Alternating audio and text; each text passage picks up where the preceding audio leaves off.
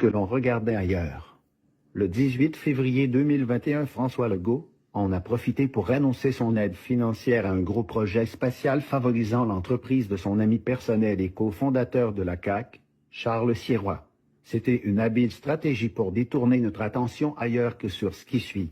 Legault a octroyé une aide de plus de 450 millions au projet Lightspeed de la compagnie Télésat de MDA, entre autres.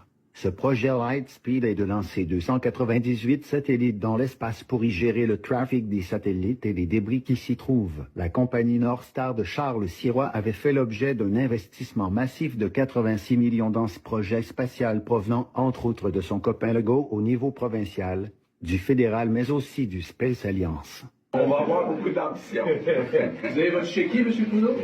Je suis toujours content de travailler avec le Québec. Et le copinage ne s'arrête pas là.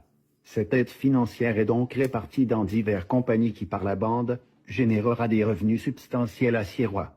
Legault prend l'argent des Québécois durement touchés économiquement par une pandémie pour aider son ami multimilliardaire à faire fortune dans l'espace. Ces beaux satellites surveillant l'espace et la Terre seront mis à la disposition des gouvernements et des télécommunications, bien sûr. Ça tombe bien. L'entreprise Telsystem de Charles Sirois est justement spécialisée dans les télécommunications. Sauriez-vous être filmé? Ça se corse. Les 40 premiers satellites lancés serviront, oui, à la surveillance de la Terre, mais aussi au niveau agricole afin d'y améliorer la productivité. Voyez-vous ce que Sirois fait aussi dans l'agricole. Comme on dit, c'est bien d'Adam. Il est devenu propriétaire de 6 000 hectares de terres agricoles en 2012 via une autre de ses compagnies qui se nomme Panja. Ce projet Panja de Sirois a été financé par la Caisse de dépôt, sous la demande de son vice-président de l'époque, un certain Christian Dubé. Allez hop, pour un petit 10 millions investis dans l'entreprise de Sirois en 2017. La première fois qu'il s'est joint à la CAQ, c'était pour servir le Québec. À la Caisse de dépôt, c'était pour servir le Québec. L'UPA avait critiqué le modèle d'affaires de Panja car le problème avec ce type de monopole des terres est que ça fait grimper leur prix et empêche ainsi la relève agricole d'y avoir accès. Notre comptable Dubé et membre à l'époque du conseil d'administration chez Québecor a donc été récompensé pour ses bons coups dans les affaires de Sirois, cofondateur de la CAQ. C'est ainsi que l'année suivante, Legault le nommera ministre de la Santé. Par une loi québécoise, une partie des partenaires financiers dans Panja de Sirois n'est pas tenue d'être dévoilée au public.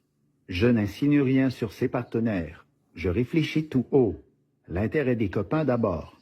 Et de toute façon, on sait maintenant qu'ils n'écoutent personne. En 2011, les libéraux avaient sonné l'alarme en tentant de freiner l'acquisition massive des terres agricoles par Sirois. Le but était de l'empêcher d'avoir le monopole de ces terres, un peu comme c'est le cas maintenant pour Bill Gates. Faut sortir de la partisanerie. Quand je vois les libéraux, là, on a sorti à un moment donné une liste de 50 nominations partisanes, politiques, des gens qui sont là juste parce que ce sont des petits amis libéraux. Ça, il faut que ça arrête. Ça, les gens sont tannés de ça. Il y a une erreur de fait de faire le lien entre un montant qui a été donné par le gouvernement puis le fait que ça soit un ami. La CAQ est en avance dans les sondages de Jean-Marc Léger, qui lui-même siège sur le conseil d'administration de TVA Nouvelles. D'ailleurs, lui et son collègue Pierre Bruno font partie de l'Institut de leadership fondé par Charles Sirois. Vous pouvez me faire confiance.